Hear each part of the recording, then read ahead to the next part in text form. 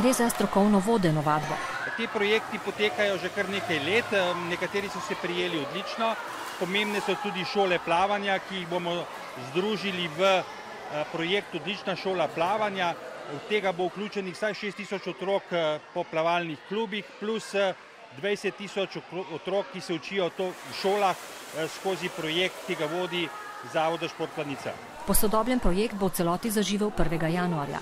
Razgibajmo življenje v vodi je moto številnih, tudi starejših. Aktivirati želijo večjo množico.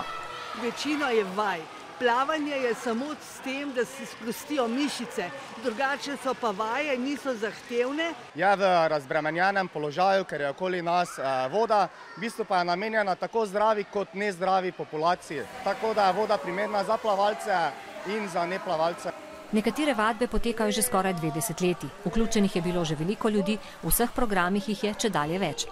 Tukaj imamo sedaj 350 do 400 dojenčkov letno v Ljubljani, nekje 500 do 600 v Sloveniji. V vseh teh letih okrog 12 000 dojenčkov.